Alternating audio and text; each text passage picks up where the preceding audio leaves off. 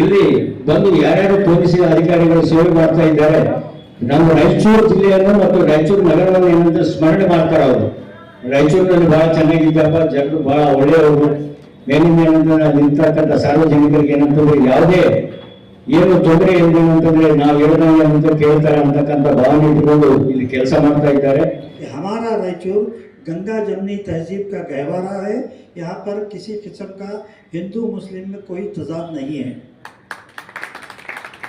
और इसका गवाह कौन सा भी त्यौहार हो हमने मिलकर मनाया है, चाहे वो गणेश चतुर्थी हो, चाहे वो ईद उल जुहा हो, चाहे कुछ भी हो। मिलादुल नबी का जुलूस तो बहुत शानदार निकलता।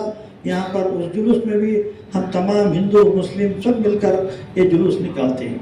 यहीं सेंट्रल प्लेस में, यहीं मुस्लिम एरिया में मैं गजानन समिति और गणेश उत्सव मनाता हूँ।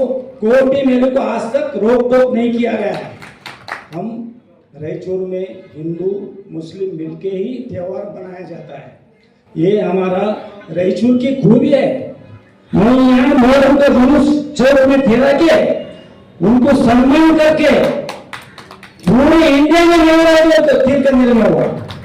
और जब हमारे एसपी साहब, हमारे यासीन साहब के बेटे मोहसिन साहब शोर लगा के शोर मोहल्ला को सम्मान करके जुलूस को आगे भेज दिया गया।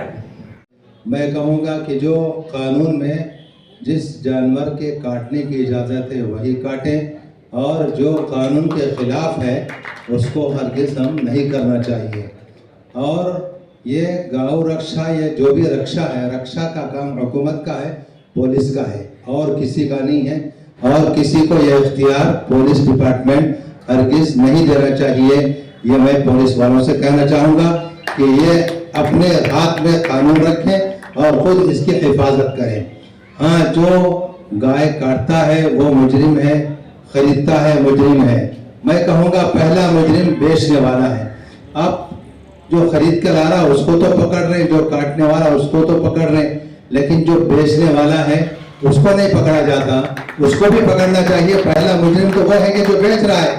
जिस चीज को काटना मना है तो वो बेचने वाला वो सबसे पहला मुजरिम है।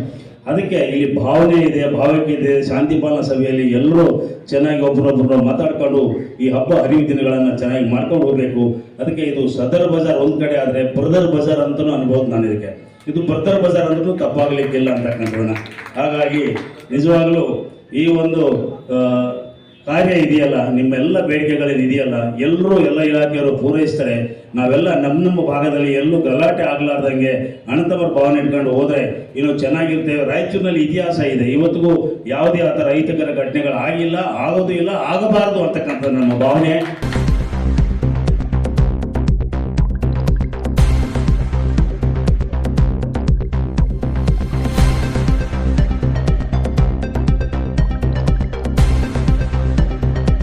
ಎಲ್ಲ ಮಸೀದಿ ಎಲ್ಲೆಲ್ಲಿ ಮತ್ತು ಈದ್ಗಾ ಮೈದಾನ ಇದೆ ಅಲ್ಲಿ CC ಕ್ಯಾಮ್ರಾ ಇನ್ಸ್ಟಾಲ್ ಮಾಡಿಸಿರ್ಬೇಕು. ಅದನ್ನು ಕೂಡ ಒಂದ್ಸಲ ಚೆಕ್ ಮಾಡಿಕೊಡಿ. Okay. And night rounds especially brisk ಮಾಡಬೇಕು till 30th May 31st May ತನಕ. ಇದು ಜಸ್ಟ್ ಇಂಪಾರ್ಟೆಂಟ್. ಆ್ಯಂಡ್ ಏನೇನು ಹೆಲ್ಪ್ ಬೇಕು ಎಲ್ಲ ಪ್ರೊವೈಡ್ ಮಾಡಿ ಸಾರ್ವಜನಿಕರಿಗೆ. ಓಕೆ. ಪೊಲೀಸ್ ಇಲಾಖೆ ತಮ್ಮೆಲ್ಲರಿಗೆಲ್ಲ ಸಹಕಾರ ಮಾಡಿದೆ. ಈಗ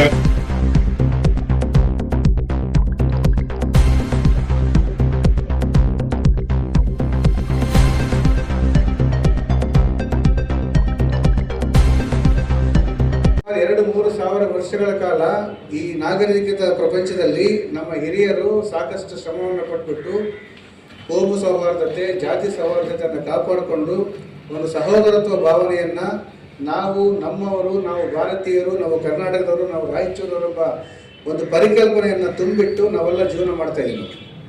ಇದಕ್ಕೆ ನಾವು ಯಾವ ಕಾರಣಕ್ಕೂ ಧಕ್ಕೆ ತರಬಾರ್ದು, ಯಾವುದೇ ಕಾರಣಕ್ಕೂ ಧಕ್ಕೆ ತರಬಾರ್ದು. ಪ್ರತಿಯೊಂದು ಸಮಸ್ಯೆಗೂ ಸಹ ಪರಿಹಾರ ಇದೆ, ಪ್ರತಿಯೊಂದು ತಪ್ಪಿಗೂ ಸಹ ಒಂದು ಶಿಕ್ಷೆ ಇದೆ, ಪ್ರತಿಯೊಂದು ಅಪರಾಧಕ್ಕೂ ಸಹ ಶಿಕ್ಷೆ ಇದೆ. ನಮಗೆ ತಾಳ್ಮೆ ಇರಬೇಕಷ್ಟೇ, ದುಡುಕ್ಬಾರ್ದು ಯಾರು ಸಹ. ಪೊಲೀಸ್ ಒಂದು ವ್ಯವಸ್ಥೆ ಮೇಲೆ ವಿಶ್ವಾಸ ಇರಬೇಕು. ನೀವು ನನ್ನ ಮೇಲೆ ವಿಶ್ವಾಸ ಇರಬೇಡ್ರಿ, ವ್ಯಕ್ತಿ ಮೇಲೆ ವಿಶ್ವಾಸ ಇರಬೇಡ್ರಿ. ಆದರೆ ಪೊಲೀಸ್ ಇಲಾಖೆ ಒಂದು ವ್ಯವಸ್ಥೆ ಇದೆಯಲ್ಲ, ಆ ವ್ಯವಸ್ಥೆ ಮೇಲೆ ನೀವು ವಿಶ್ವಾಸ ಇಡಿ. ಖಂಡಿತ ನಾವು ನೀವು ಸೇರಿ ಒಂದು ಸೌಹಾರ್ದತೆಯನ್ನು ಕಾಪಾಡಲಿಕ್ಕೆ ಸಾಧ್ಯವಾಗುತ್ತೆ, ಅದು ಅವಕಾಶವೂ ಸಹ ಆಗುತ್ತೆ. ಇದಕ್ಕೆ ನಾವು ಯಾರೂ ಸಹ ಕದಲಿಕ್ಕೆ ಅವಕಾಶವನ್ನು ಕೊಡಬಾರ್ದು ಅಂತ ಹೇಳಿ. ಸೋಷಿಯಲ್ ಮೀಡಿಯಾದಲ್ಲಿ ನಿಜ ಸಂಗತಿಗಿಂತ ಸುಳ್ಳು ಸಂಗತಿಗಳು ಜಾಸ್ತಿ ಹರಿದಾಡ್ತವೆ. ನಮ್ಮ ರೆಗ್ಯುಲರ್ ನಮ್ಮ ನ್ಯೂಸ್ ಚಾನಲ್ಸ್ ಇದೆಲ್ಲ ಆ ಥರ ಅಲ್ಲ, ಅಥವಾ ನಮ್ಮ ಪ್ರೆಸ್ನರ್ ಇದೆಲ್ಲ ಆ ಥರ ಅಲ್ಲ. ಯಾಕಂದ್ರೆ ಇವರಿಗೆ ಬೈಂಡಿಂಗ್ಸ್ ಇದೆ, ನಮ್ಮ ನ್ಯೂಸ್ ಚಾನಲ್ಸ್ಗೆ ಬೈಂಡಿಂಗ್ಸ್ ಇದೆ, ಇವರಿಗೂ ಸಹ ನಮ್ಮ ಪ್ರಿಂಟ್ ಮೀಡಿಯಾದವ್ರಿಗೂ ಸಹ ಬೈಂಡಿಂಗ್ಸ್ ಇದೆ. ಯಾವುದು ಸರಿ ಯಾವುದು ತಪ್ಪು, ಒಂದು ಮಾಹಿತಿ ಬಂದರೆ ಅದನ್ನು ಸರಿನಾ ನಿಜನಾ ಅಂತ ಹೇಳ್ಬಿಟ್ಟು ಅಧಿಕೃತ ಅಧಿಕಾರಿಯಿಂದ ಅಥವಾ ಅಧಿಕೃತ ವ್ಯಕ್ತಿಯಿಂದ ದೃಢಪಡಿಸಿಕೊಂಡು ಅದನ್ನು ಆನಂತರ ಸಮಯದಲ್ಲಿ ಅದನ್ನು ಪ್ರಚಾರ ಮಾಡ್ತಕ್ಕಂಥದ್ದು, ಪತ್ರಿಕೆಯಲ್ಲಿ ಪ್ರಿಂಟ್ ಮಾಡ್ತಕ್ಕಂಥದ್ದು, ನ್ಯೂಸ್ ಚಾನಲ್ ಹೇಳ್ತಕ್ಕಂಥದ್ದು ಆಗ್ತದೆ.